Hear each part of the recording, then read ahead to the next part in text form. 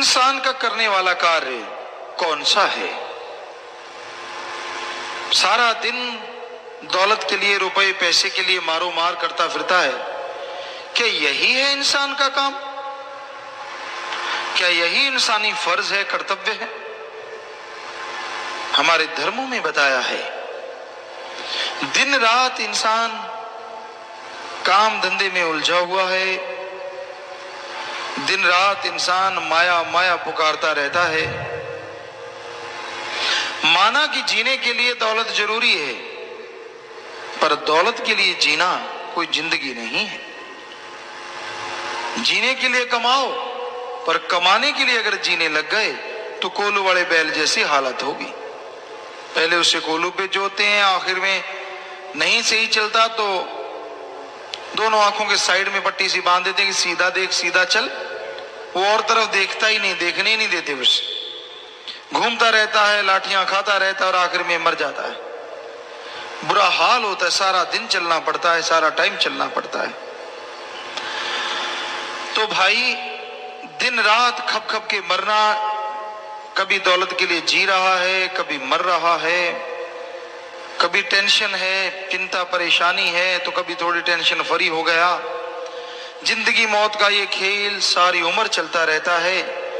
समय सीमा कम हो जाती है, आदमी जल्दी गुजर जाता है, क्योंकि श्वास जितने तेजी से चलते हैं, कुल श्वासों में से उतनी जल्दी खत्म हो जाते हैं।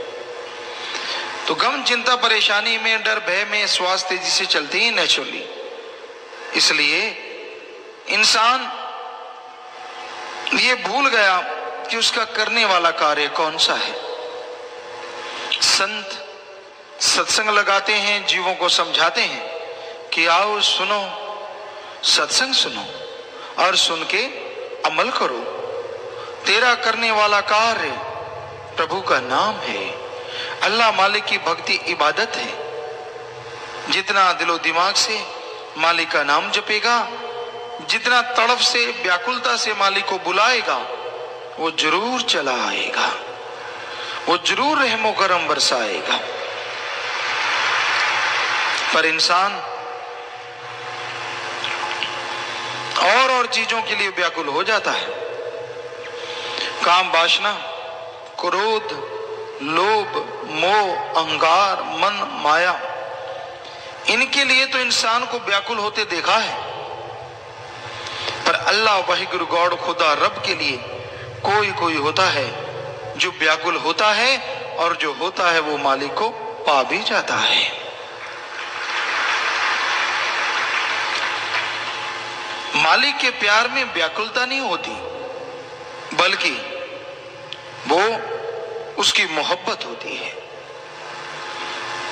दुनियादारी में आप व्याकुल हो जाते हैं, किसी चीज को पाने के लिए परेशान हो जाते हैं, तड़प जाते हैं, और वो सामान भी नहीं मिलता तो आप और तड़पते रहते हैं, बेचैनी और बढ़ जाती है। पर मालिक की याद में उसको पाने के लिए अगर तड़पना है, वो भी एक ऐसी याद बन जाती है जो बार बार याद करने से मजा देती रहती है, आनंद देती रहती है। क्योंकि मालिक की याद में अगर तड़प के दो आंसू भी बहा दिए तो वो आपके पाप कर्मों को धो डालते हैं।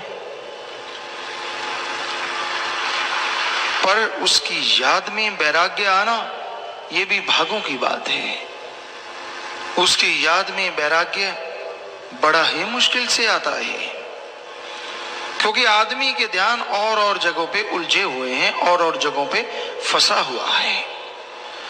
तो अपने विचारों को एकाग्र करो, विचारों को कंट्रोल करो, और सुमरन, भक्ति, इबादत करो। सुमरन करते हुए अगर विचार एकाग्र है तो मालिक की दया में रहमत के लायक जल्दी बनोगे। वो जिसे प्यार अल्लाह मालिक वाहिगुरु गॉड खुदा रब जिसे प्यार देता है, जिसे खुशियां लुटाता है, कई बार उसे अजमाता भी है। बस अजमाने से शोर मचा के टेंशन लेके अगर भाग गया तो खाली रह गया, और अगर दृढ़ विश्वास रखा नहीं तो यकीनन उसकी झोली में मालिक की दया में रहमत जरूर पड़ती है। तो मालिक का रहमो करम अगर हासिल करना है, उसकी दया में रहमत के काबिल बनना है, तो अपने अंदर के विचारों का शुद्धिकरण करो, अंदर के विचारों को साफ करना है, और ये होंगे सुमरन के द्वारा। चलते, बैठ के, लेट के, काम धंधा करते थोड़ा थोड़ा सुमरण करते रहो, थोड़ी थोड़ी भक्ति करते रहो। थोड़ा किया गया सुमरण भी कलयुग में बहुत काम करता है। पहले के युगों में सैकड़ों साल लोग इबादत करते, तपस्या करते, पूजा करते, तो फल नहीं मिलता था। अब कुछ महीनों में सच्ची तड़प से मालिक को बुलाया जाए तो उसका रहमो करम बरसने लगता है। कितना आसान है मालिक का नाम लेना, कितना आसान। पर जो नहीं लेते उनको लगता है बड़ा ही मुश्किल है। क्या मुश्किल है भाई? खाना खाना, पेट भरना है तो पहले आटा गूंदो, रोटी बनाओ, लगाने के लिए चटनी, दाल, सब्जी, कुछ ना कुछ भाजी बनानी पड़ती है, फिर कौर तोड़नी पड़ती है, उससे लगाना पड़ता है, खाना पड़ता है, निगलना पड़ता है, आंतड़ियां हजम करती हैं, तब जाके कहीं ताकत मिलती है। राम नाम तो बड़ा ही आसान है। सत्संग में आओ, संत पीर फकीर राम का नाम बताते हैं, अल्लाह मालिक की तरीका समझाते हैं, उसको सुन के अमल कर लो तो भाई आपको कुछ भी करना नहीं। बाद में जीभा मुंह के अंदर है ही ऑलरेडी, विचार दिमाग में चलते ही चलते हैं, तो विचारों से सुमरण कर लो चाहे जीभा से कर लो। जितना कर लोगे उतनी ही दया में रहमत बढ़ती जाएगी। पर ये भागों वाला इंसान मालिक के प्यार मोहब्बत को पा सकता है, जो अपना स्टैंड रखे, जो अपनी जगह पे सही रहे। क्या पता मालिक आजमा रहा हो, पर हमने देखा है आजमाने की जरूरत नहीं पड़ती। थोड़ा समय गुजरता है, आदमी सब कुछ भूल के फिर से वही, जैसे गधे के ऊपर किसी ने लाल बांध दिए, हीरे जवाहरात बांध दिए, बड़ा सुंदर सजा दिया, कुछ देर खुशी हुई कि भाई बड़ा सुंदर लग रहा है, जैसे रस्सा छोड़ा जाके कूड़े करकट के ढेर पे हींकने लगा, आवाजें निकालने लगा और हींगता हुआ सारा कुछ तोड़ दिया और वही माटी में लथपथ हो गया। ऐसा ही होता है, मन बड़ा जालिम है।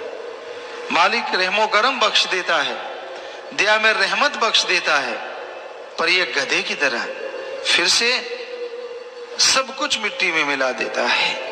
कोई परवाह नहीं करता, कोई कायदा कानून नहीं रखता, बस अपनी एक अलग इमेज बना लेता है। उस इमेज के अनुसार इंसान को गुमराह करता रहता है, भरमाता रहता है, तड़फाता रहता है और कहता तेरी मन मर्जी अगर पूरी हो गई तो सही है, नहीं तो नहीं। ये थोड़ा ही ना होता है। संत पीर फकीर तो मालिक से दुआ मांगते हैं, दुआ करते हैं। अब करने वाला, देने वाला अल्लाह वाहिगुरु राम है। जो सुन के अमल कर लेते हैं, मालिक उनकी झोलियां अंदर बाहर से लबरेज कर देते हैं, माला माल कर देते हैं। जो सुन के छोड़ देते हैं वो अपने कर्मों का फल भोगते रहते हैं। तो संत पीर फकीर बात वो कहते हैं जो अल्लाह वाहिगुरु राम उनको कहता है, जो अंदर से मालिक ख्याल देता है। सुनो, विचारो और अमल करो तो बेड़ा पार हो जाता है। तो ये बड़ा ही जरूरी है कि आप वचन सुनो, अमल करो और मालिक की दया में रहमत के काबिल बन जाओ। जो जीव सत्संग में आते हैं वही सुनेंगे और जो सुनते हैं अमल भी वही करेंगे। सुना नहीं अमल कैसे, किस बात पे करेगा कोई? तो सत्संग पूरे ध्यान से सुनो, अपनी खुदी अहंकार को छोड़ के, अपनी और बातों को छोड़ के सत्संग की तरफ ध्यान दो। दूसरी तरफ ध्यान दे दे के आपने कितना जोर लगा लिया, कुछ हासिल हुआ? सत्संग में भी लोग बुराइयों से कई बार बाज नहीं आते। मन कई बार इंसान का उसे उठा के ले जाता है, इधर उधर नींद ला देता है, कभी कुछ क्योंकि बड़ी जालिम ताकत है। माना कि अमल नहीं होने देते सत्संग में ताकत होती है, लेकिन भटकाता तो ये कभी कभी है। कभी आंखों से गलत दिखाने लग जाता है, उसी में उलझा देता है।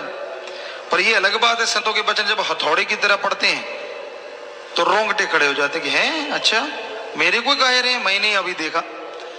तो मन का तो काम है भरमाना, मन का काम है भटकाना, इस जीवों को भरमाता है, भटकाता है और तड़फाता है।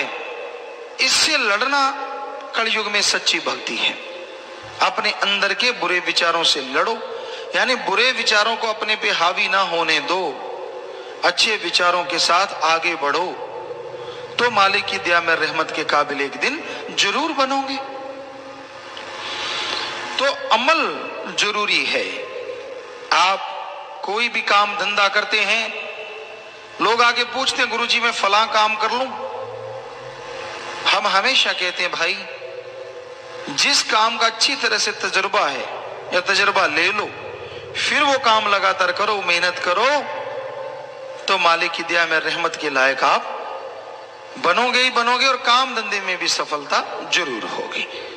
तजुर्बा लेके मेहनत से करो, साथ में सुमरण करो। कर्म आपने करने हैं, सुमरण करोगे, फल देने वाला भी आप पे रीझ जाएगा, खुश हो जाएगा।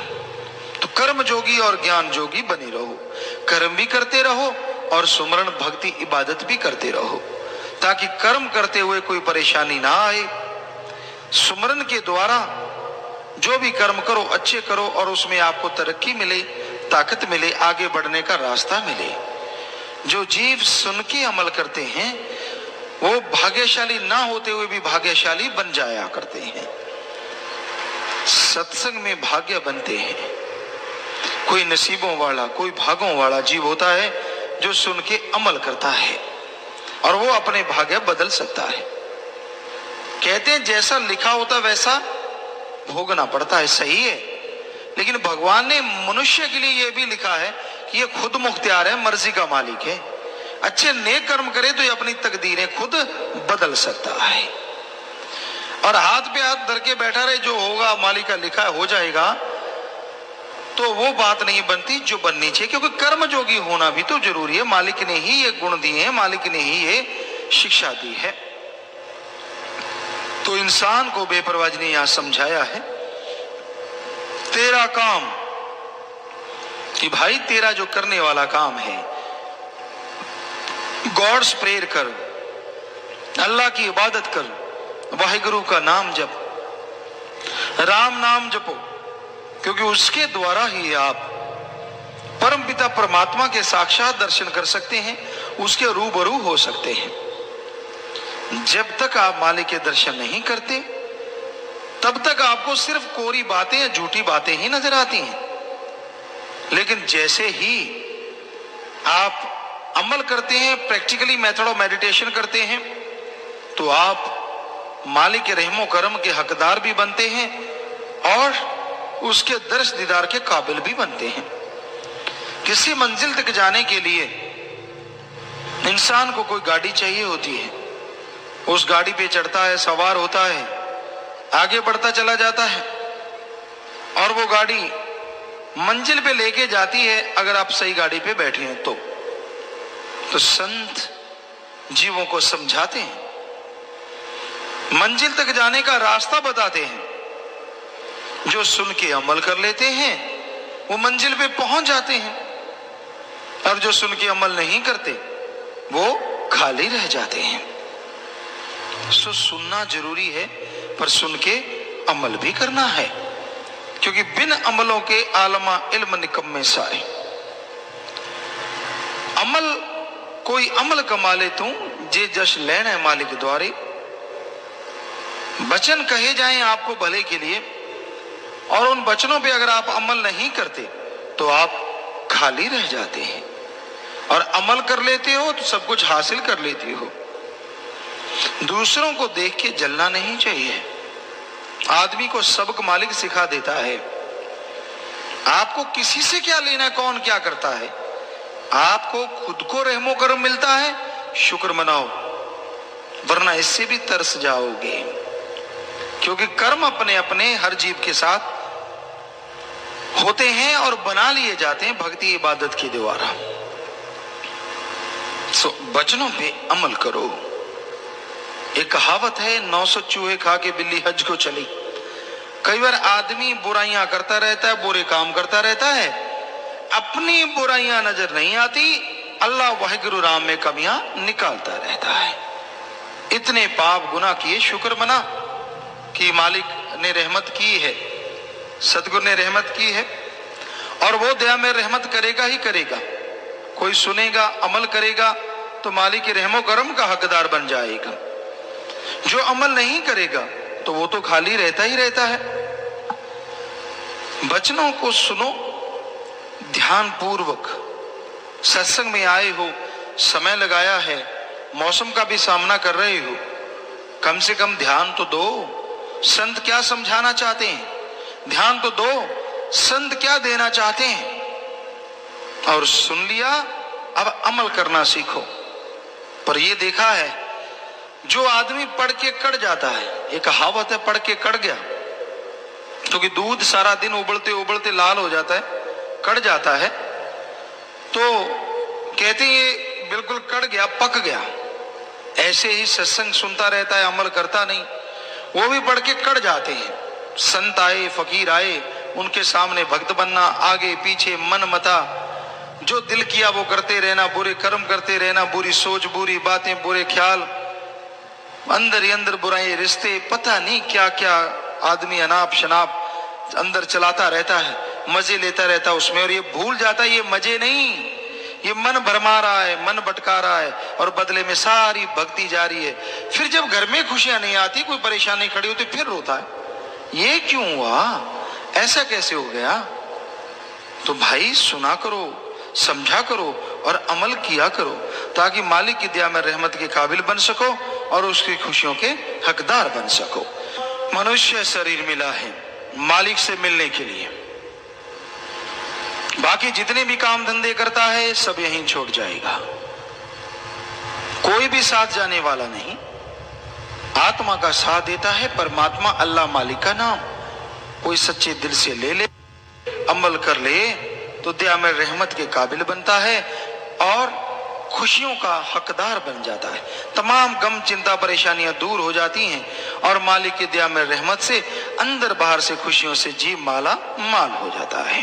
जेल 84 काल ने बनाई, आत्मा बेचारी को दिया फसाई, छूट सकी ना जतन कर तमाम। 84 लाख शरीरों का जेल खाना काल ने बनाया है। आत्मा एक से निकलती है, दूसरे में चली जाती है, दूसरे से निकलती है तीसरे में। यूं 84 लाख शरीरों में चक्कर लगाते लगाते आखिर में जाके कहीं मनुष्य शरीर मिला और इसमें मन माया की ऐसी हवा लगी कि जो असली काम है उसको भूल गया। करना था उस मालिक को याद, अल्लाह वाहिगुरु की भक्ति इबादत करनी थी, ताकि उसके रहमो करम का हकदार बनता, आवागमन से आजाद हो जाता और यहां परमानंद लेता। खुशी वहीं होती है, यहां थोड़ा दुख हो, गम चिंता टेंशन हो तो सुख का बाद में एहसास होता है, लेकिन परमानंद, परमानेंटली आनंद ही आनंद, लज्जती लज्जत, खुशी खुशी, जो आप क्षणिक जीवा का भोग विलासों का आनंद लेके खुश हो जाते हैं, अल्लाह वाहिगुरु का नाम सच्चे दिल से लो, अंत्यकरण में वो जोत जाग जाए, आप देख लें उसे, उस आवाज को पकड़ लें, तो वो ऐसा आनंद आएगा, ऐसा परमानंद आएगा जो इससे अरबों खरबों गुना बढ़ के होगा और कभी टूटने का नाम नहीं लेगा, क्षणिक नहीं होगा, परमानेंट होगा। इसलिए संत राम नाम पे जोर देते हैं कि आपको मालिक की दया में रहमत मिले, उसकी तमाम खुशियां मिले। कर्म धर्म चाहे कितने कर ले, छूट न सकती पाए तरले, रू ना पहुंच सके निज धाम। धर्म के कर्म करता है पर धर्म पे चलता नहीं। कर्म कांड करना, दिखावे करना, कोई किस तरह मालिक को पाना चाहता है, कोई किस तरह, कोई हलवा खिलाता है, कोई चावल खिलाता है, कोई लड्डू पेड़े खिलाता है, कोई नमकीन खिलाता है, तो कई शराब पिलाते हैं और कई मांस चढ़ाते हैं। ये सब जीवा का स्वाद है, मालिक को इनसे कुछ लेना देना नहीं है। मालिक को अगर पाना है, प्रभु को अगर पाना है, तो आपको अंत्यकरण को पवित्र करना होगा, अंत्यकरण को साफ करना होगा, ताकि मालिक की दया में रहमत काबिल आप बन सके। ये बाहरी ढोंग, बाहरी दिखावों से मालिक नहीं मिलता। अरे जो हमें शरीर दे सकता है, क्या हमारे बनाए भोजन को नहीं बना सकता? और अगर बना सकता है तो हमारे हलवे पूड़ियों का वो भूखा कैसे हो सकता है? उसे चाहिए तो हमारी भावना, उसे चाहिए तो हमारे अंत्यकरण की तड़फ, ताकि आप उस तड़फ से जब उसे बुलाएं तो वो दौड़ा चलाए और आप पे दया में रहमत करके आपको दोनों जहां की खुशियों का हकदार बना दे। सो अंत्यकरण की सफाई करो। अगर मालिक को पाना चाहते हो, प्रभु को देखना चाहते हो, तो आप बाहरी चीजों में ना जाओ, अपने अंदर में गुण जो हैं उनको अपने अंदर रखो और अवगुणों को निकालते चलो, तो मालिक की दया में रहमत होगी। लेकिन आज पाखंड है। किसी का बच्चे का घर में कुछ दुखता है, माता बहने कहते बाबा तुझे इतना प्रसाद खिलाएंगे ठीक कर दे। वो नेचुरली 2-4 दिन में ठीक होना ही है, बीमारी कोई ऐसी छोटी होती है। और प्रसाद बाबे को क्या खिलाया, खुद रगड़ गए सारा, ले बाबा सुख रखी। बाबा खाक सुख रखेगा, खाया तूने, बनाया तूने, बाबे के पास तो कुछ गया ही नहीं। तो इस घोर कलयुग में बड़े पाखंड चले हुए हैं, बड़े पाखंड। मन्नत मांग लेनी, ऐसा हो जाए, और हिम्मत की वैसा हो गया। मालिक को देना, पैसा चढ़ाना, ये तो वो सारा कोई और ही खा जाता है। तो हकीकत ये है कि मालिक को पाने के लिए बाहरी साधनों से नहीं, अंत्यकरण से, तड़फ से उसको बुलाना होगा। जैसे आपके अपने औलाद के लिए तड़फ होती है, बेटा या बेटी कोई भी आपको प्यारा है, आपसे दूर है, लेकिन आप उसके लिए तड़प जाते हैं जब ये सुनते हैं कि उस इलाके में कोई दुर्घटना हो गई, कोई परेशानी आ गई, आपको मालूम नहीं पड़ता आपका बच्चा कैसे है, बेअख्तियार आंखों से आंसू बहने लगते हैं, आप तड़प जाते हैं। तो वो जो आपकी तड़फ है, रुपए में अगर 100 पैसा है, ऐसी तड़फ अल्लाह वाहिगुरु राम के लिए 10-15 पैसे बना लो, गारंटी हम देते हैं मालिक की दया मेहर दर्श दीदार के काबिल जरूर बन जाओगे। तड़प तो बनाते नहीं, बातें करके ठगी मारी, कर्मों से ठगी मारी, 100 कमाया, 5 मालिक को चढ़ा दिए। ये तो एक तरह से मालिक को साथी बना लिया। हे भगवान, मैं ठगी मारा करूंगा, 95 मेरे, 5 तेरे, बोलना ना तू भी खुश मैं भी खुश। बताओ, मालिक को भागीदार बना लिया ठगी में, कहां से खुशियां आएंगी? तो इसलिए हकीकत में जीना सीखो। ये झूठ पाखंड के सपनों में उलझ के ना बैठ जाओ। आगे आया, हर एक श्वास में नाम ध्याले, राम शाहूकार को गिन गिन संभाले, बिना नाम जपे श्वास हराम। हर श्वास में नाम का सुमरण कैसे हो? पैदल जा रहे हो, चलते जाओ, देखते जाओ, जीभा से ख्यालों से मालिक का नाम लेते जाओ। लेटे हो, नींद नहीं आती, लेटे लेटे जब तक नींद नहीं आती मालिक का नाम जपते रहो, सुमरण करते रहो। नींद आ गई तो ठीक, ना आई तो भी लेखा, दोनों हाथ में लड्डू ही लड्डू। और काम धंधा करते हो, हाथों पैरों से कर्म करते रहो, जीभा से ख्यालों से मालिक का नाम लेते हो। उन काम धंधों में भी बरकत, फायदा होगा और मालिक की याद भी बन जाएगी। तो सुमरण करना चाहिए, हर श्वास श्वास में सुमरण हो सकता है, संभव है। बिना नाम जपे श्वास हराम, कि नाम जिसमें नहीं जपते वो श्वास हराम हो जाता है। इसलिए नाम जपो। नाम जपने में बेअंतहा खुशियां हैं। नशे छोड़ दो, नशे बर्बादी का घर है। शराब है, सारे धर्मों में इसे मना किया गया है, शराब ना पियो। शर प्लस आप, इस्लाम धर्म में कहते हैं, शर कहते हैं शरारत शैतान को, आप कहते हैं पानी को, कि अल्लाह की इबादत करने वालों, शराब शैतान का पानी है, पीना मत, वरना की गई इबादत को खाक में मिलाएगा, दोजख में जलाएगा। सिख धर्म में भी सारे नशे मना है। पोस्त भंग अफीम मद नशा उतर जाए पर बात, नाम कुमारी नानका चढ़ी रहे दिन रात। कि जितने भी दुनियावी नशे हैं, सुबह का शाम, शाम का सुबह उतरता, गंदगी भरे हैं। नशा करना तो अल्लाह वाहिगुरु राम के नाम का करो, एक बार चढ़ गया तो दोनों जहान में नहीं उतरेगा। हिंदू धर्म में लिखा है कि शराब समुद्र मंथन से पैदा हुई, पीने वाले राक्षस, जो इसे पिएगा राक्षस प्रवृत्ति बना देगी, इसलिए आदमी को नहीं पीना। और नशे ना करो, बर्बादी का घर है। फिर मांस अंडा है, मांस अंडा भी बर्बाद करता है, क्योंकि आदमी बेरहम हो जाता है। दया रहमत और दया रहम की भावना खत्म होती है, तो दया रहमत करने वाला की रहमत को कैसे हासिल करोगे जब दया रहम ही अंदर नहीं है? इसलिए मांस अंडा नहीं खाना चाहिए। विज्ञान कहती है हम शाकाहारी, हमारे हाथ, हमारे दांत, हमारे नाखून, हमारा जबड़ा, हमारी आंतड़े, हमारी पाचन क्रिया सब शाकाहारी है। धर्म कहते हैं मांस नहीं खाना चाहिए, क्योंकि मांस मचुरिया खात है सुरापान के हेत, ते नर जड़ से जाएंगे जो मूली का खेत। कि जो मांस अंडा ये बुरी चीज खाते हैं ऐसे चले जाते हैं, सारे सुख शांति उनके पास है। जैसे गाजर मूली का खेत में से गाजर मूली निकालो तो पीछे क्या रहता है, जड़ से निकल जाता है, उसी तरह उनका बुरा हाल होता है। सुख शांति परमानंद उनके जड़ से निकल जाता है।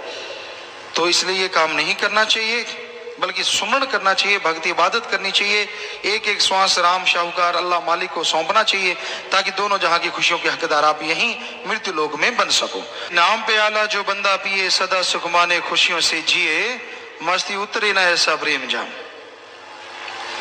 नाम का प्याला मस्ती देने वाला है, और पीते हैं जो सत्संग में चल के आते हैं। आपके पाप कर्म, आपके भयानक रोग, आपकी परेशानियों का मुकम्मल हल है प्रभु का नाम।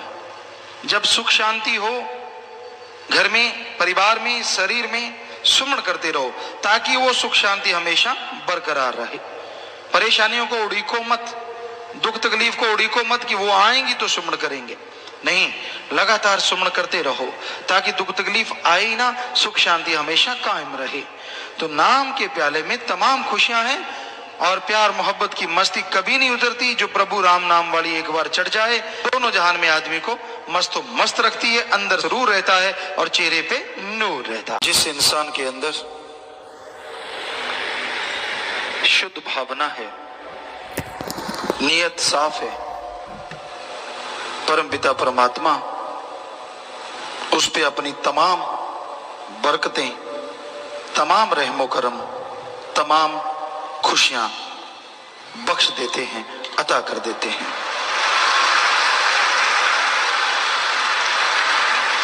जो सेवा पे चला करते हैं, कई बार छोटी तकलीफ, कोई रुकावट, कोई परेशानी आती रहती है। उसकी वजह हो सकता है कि जिसे वो आजमाता है, आजमाने के बहाने बेइंतहा प्यार लुटाता है। और यह भी हो सकता है कि उसके पहाड़ जैसे कर्म को वो कंकर में खत्म कर देता है। ये उसकी रजा है, उसका रहमो करम है, उसके नियम है। वो अपने नियमानुसार सबको चलाता है, खुद नियम बनाता है, खुद सारी सृष्टि को बनाता है, और खुद ही सारी सृष्टि में समा जाता है। सारी सृष्टि उसमें है, सारी सृष्टि में वो है। ऐसी कोई जगह नहीं यहां परम पिता परमात्मा ना हो। निगाह होनी चाहिए, आंखें होनी चाहिए, वह तो हर जगह, हर समय, हर पल नजर आता है। भाग्यशाली हैं वो लोग जो सेवा करते हैं,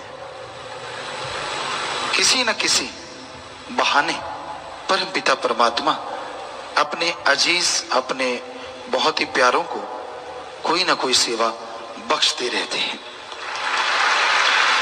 और सच्ची लगन से, सच्ची भावना से जो सेवा को निर्वाह करते हैं, यकीनन वो परम पिता परमात्मा खुश होके उनका नहीं, परिवार का नहीं, कुलों का भी उद्धार कर देते हैं। सेवा महान है, मालिक का प्यार मोहब्बत महान है, पर ऐरा गहरा नत्थु खैरा ना तो मालिक के प्यार को पा सकता है और ना ही सेवा कर सकता है। बुरा ना मानिए, हम किसी को बुरा नहीं कहते, बहुत सी बातें आ जाती हैं। यार हाथों पे छाले पड़ जाएंगे, मुंह काला हो जाएगा, मतलब कलर ब्लैक हो जाएगा, या कपड़े खराब हो जाएंगे, क्या मिल जाएगा, कुछ नहीं, कुछ नहीं होता, ऐसे ही फालतू की बातें हैं। पर जो मालिक के प्यारे होते हैं, डॉक्यूमेंट्री दिखाते हैं, उनमें सफाई महाअभियान का दृश्य हमने देखा,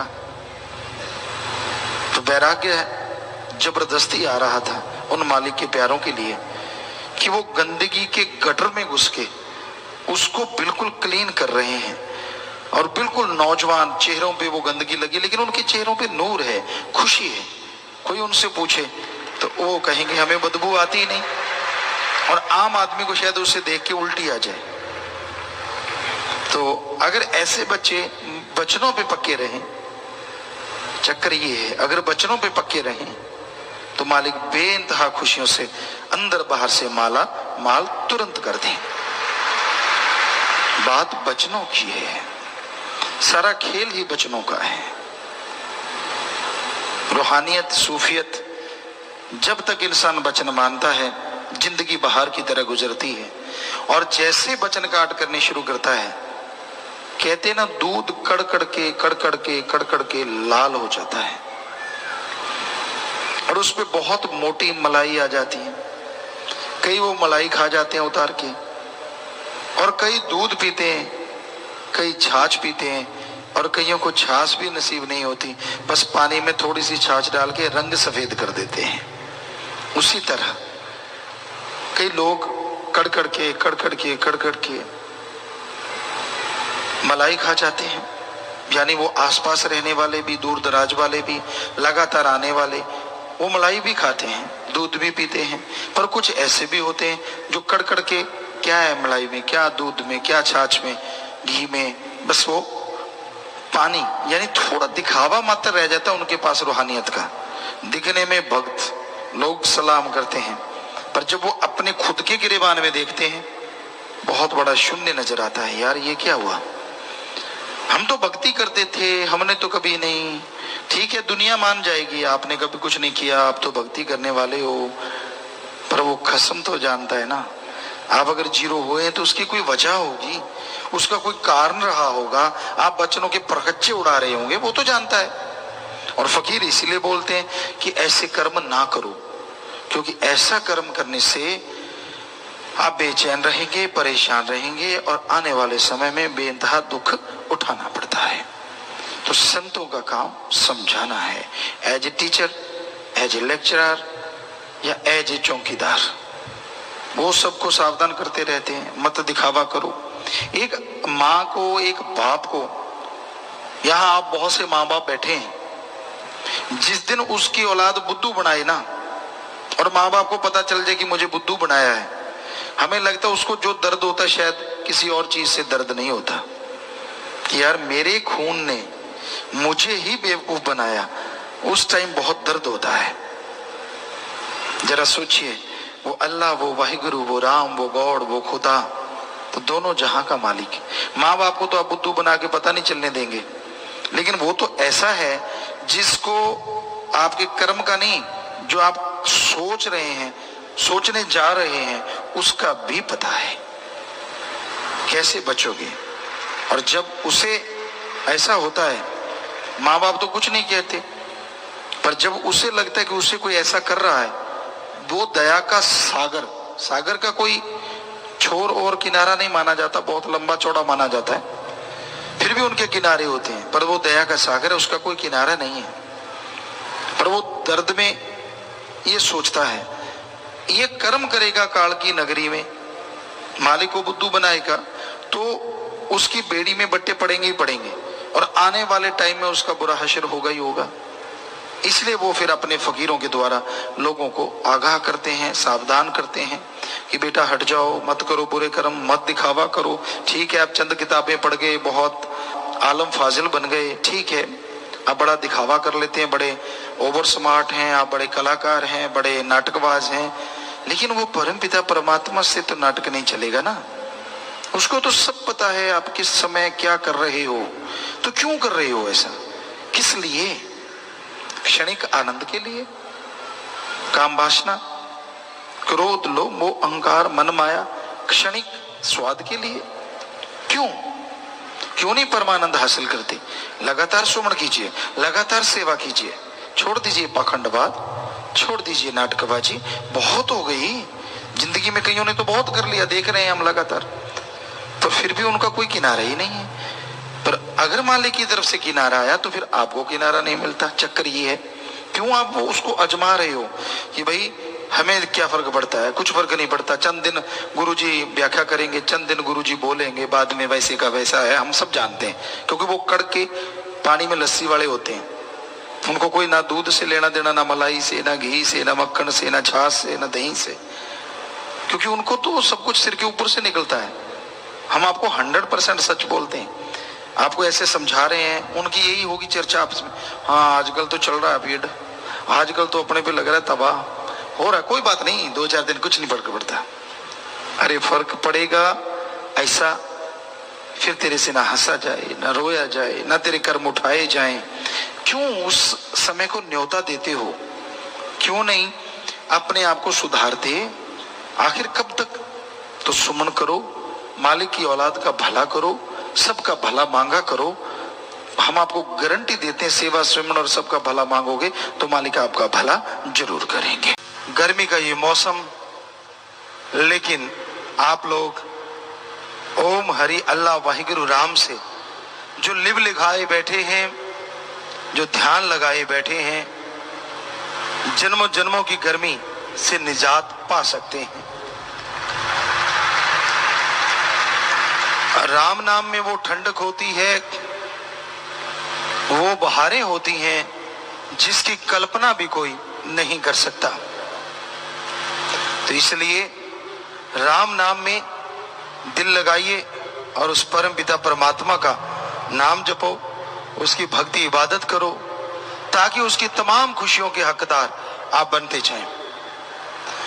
वो मालिक, वो दया का सागर तमाम खुशियां बख्शता है, पर उनको जो वचन मानते हैं, जो श्रद्धा रखते हैं, जिनके अंदर भावना होती है, दृढ़ यकीन आ जाए, सेवा और सुमरन आप करते रहो, तो जन्मों जन्मों की गर्मी ही नहीं, मैल भी उतर जाती है। ये जन्मों जन्मों के पाप कर्म होते हैं, जिन्हें संचित कर्म कहा जाता है, और जिसका भुगतान जब आदमी करने लगता है तो उसे बेइंतहा तकलीफ होती है। कई तरह के रोग लग जाते हैं, कई घरेलू परेशानियां घेर लेती हैं, टेंशन चिंता सताने लगती है, और कहते हैं चिंता जो होती है ये चिता के समान होती है। चिता एक बार जला के काम खत्म कर देती है, और चिंता यानी टेंशन इंसान को रोज मारती है और रोज जन्म देती है। सो टेंशन से, चिंता से मुक्त होने के लिए उस परम पिता परमात्मा के नाम के सिवाय और कुछ भी नहीं। सेवा करो, सुमरन करो और भला करो, क्योंकि भला करने से ही इंसान के अंदर की इंसानियत बढ़ती फूलती है। इसलिए संत, पीर, फकीर हमेशा जीव को समझाते रहते हैं, बताते रहते हैं कि हर पल उस परम पिता परमात्मा का दीदार करो, हर पल उस ओम हरि अल्लाह वाहिगुरु की भक्ति करो। जिस तरह इस गर्मी के मौसम में जरा सी चलने वाली हवा भी ठंडक का एहसास दे जाती है। खेत खलिहान में जो काम करते हैं उनको असली पता होता है। तो जरा सी हवा को गर्मी क्यों ना हो, लेकिन गर्मी से भीगे बदन में जब आके टकराती है तो एसी का काम कर जाती है। उसी तरह आपके जन्मों जन्मों के कितने भयानक पाप क्यों ना हो, उससे आप बीमार क्यों ना हो, तड़प रहे हो, बेचैन हो, पर राम नाम की जरा सी चली ठंडी हवा बेइंतहा खुशियां देती है, लज्जत देती है, अंत्यकरण में आनंद भर देती है।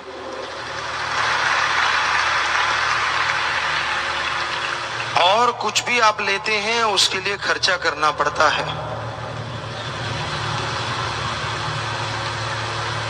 कोई बिजनेस करते हैं, कोई व्यापार करते हैं, पहले आपको पैसा लगाना पड़ता है, फिर जाके आपको उसका फल मिलता है।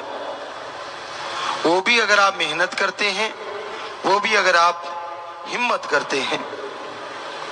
पर परमपिता परमात्मा का नाम ऐसे सुखों की खान है जिस पे पैसा कोई नहीं लगता, चढ़ावा कोई नहीं लगता, बल्कि दिन दुगनी रात चौगनी थोड़ा सा किया गया सुमरण पापों का, रोगों का नाश कर देता है।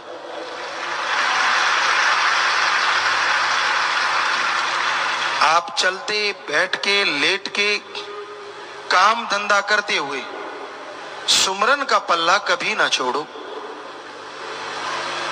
क्या पता कब आपके आने वाले कर्म आपको दबाने वाले हों, क्या पता कर्मों की मार आप पे कब पड़ने वाली हो, क्योंकि आपको तो मालूम नहीं, पर उस परम पिता परमात्मा के तो सब कुछ लिखा हुआ है। अगर उसकी भक्ति करते हैं, उसका नाम जपते हैं, तो वो आपके उन पाप कर्मों को, आपके उन बुराइयों को, आपके उन रोगों को जिस्म से ऐसे दूर कर देते हैं जैसे मक्खन से बाल निकालो, पता ही नहीं चलता।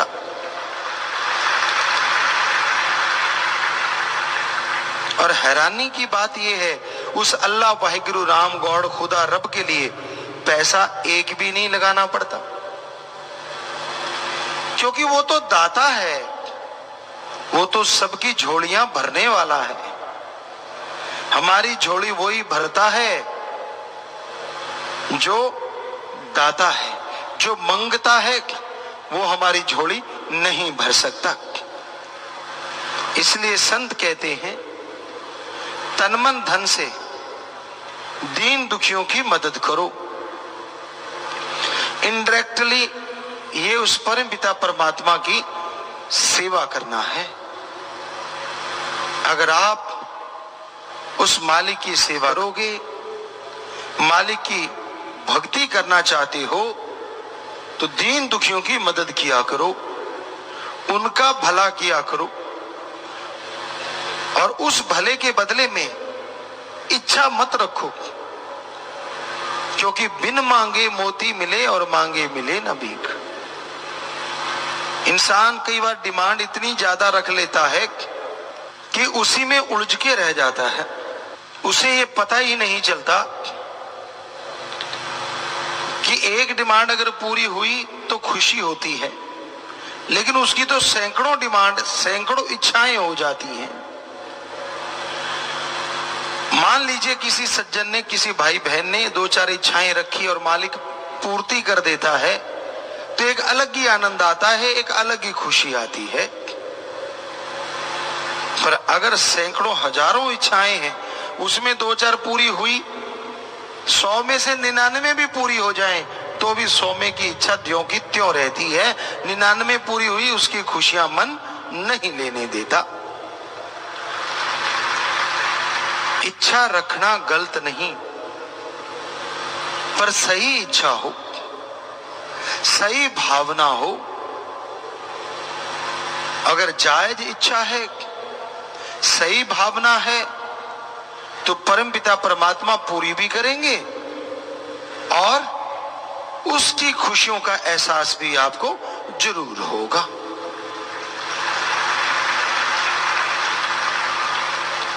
बुरे कर्मों से जितना दूर रहो उतना ही अच्छा। चोर, जुआरी, नशेड़ी जितने आपके पास रहेंगे, जितना उनका संग करोगे, रंग लाजमी एक दिन चढ़ जाएगा। तो ये जरूरी बनता है, संग सोहबत हमेशा अच्छी करो।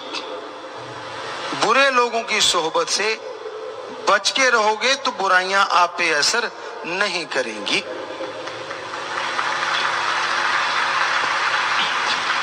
लेन देन के सही बनो, व्यवहार के सच्चे बनो। आप किसी से उधारी लेते हो, लगता है कि 3 महीने में उतार दूंगा, तो टाइम 4 महीने का ले लो, लेकिन उसके घर जाके वो पैसा लौटा के आओ। ये ना हो कि वो आपसे पैसा मांगने आए और आपको बुरा लगे।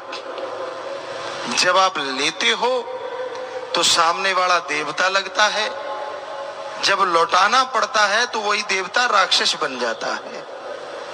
ऐसा क्यों होता है? क्योंकि लेना बैंक सबको अच्छा लगता है और देना बैंक अच्छा नहीं लगता। पर सत्संगी को तो दोनों बैंक चाहिए। लेते हो तो सत्कार से, और देते हो तो उसी सत्कार से वापस उसका धन लौटा दो। और लेने वाला और महान और अच्छा हो जाता है सत्संगी, अगर वो मूल ले ले और ब्याज ले ही ना,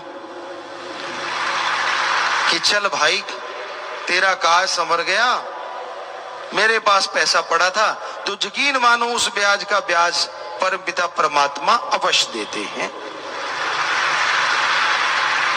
पर कोई ना कोई सज्जन ऐसा ना बैठा हो आप में से जो 5 रुपए सैकड़ा लगाता है तब जब किसी को मजबूरी होती है। कई खाते इसलिए का है, कोई मजबूरी हो गई, कोई आपसे काम लेना है, 1 रुपया सैकड़ा तो नहीं, हमने सुना है 5-5 रुपए तक सैकड़ा लोगों से धन ऐंठने लगते हैं। तो ये गलत बात है। आपको चाहिए कि आप श्रद्धा से, आप यकीन से, दृढ़ यकीन के साथ लोगों का भला करते चलो, व्यवहार के सही बने रहो, दीनता नम्रता सीखो। जो दीनता नम्रता सीखते हैं मालिक उन्हें ही खुशियों से लबरेज करते हैं। कहते हैं जो पेड़ झुक जाया करते हैं फल उन पे ज्यादा आता है, और जो तने रहते हैं वो फलों से खाली रह जाते हैं। पानी टीले के ऊपर नहीं ठहरता, हमेशा नीची जगह की तरफ आता है। उसी तरह जितना झुकते हो, जितना नम्रता धारण करते हो, उतनी ही खुशियां परमपिता परमात्मा आपको बख्श देते हैं। तो इसलिए हमेशा खुशियां चाहते हो, हमेशा परमपिता परमात्मा की कृपा दृष्टि चाहते हो, तो ये बहुत जरूरी है कि उसकी भक्ति इबादत करो, दया रहम धारण करो। गुस्से में आके किसी को गलत बोलना बड़ा आसान है, पर तपते हुए दिलों पे, रूहों पे मरहम लगाना बड़ा ही मुश्किल काम है। पर एक भी दिल खस्ता कर लेते हो तो सैकड़े साल की बंदगी इबादत का फायदा हो जाता है। एक दिल खस्ता रखे बाहू, ले 100 बरिया थी इबादत हो। दिल खुश का मतलब ये नहीं है कि आप वचनों की काट करो। दिल खुश करने का मतलब ये नहीं है कि आप मर्यादा भंग कर दो या वचनों में गलती करो। वो तो फिर परमपिता परमात्मा का दिल दुखा के किसी जीव का दिल खुश करने से बताओ क्या होगा? आप गुनाहगार बनोगे, आप पापी बनोगे।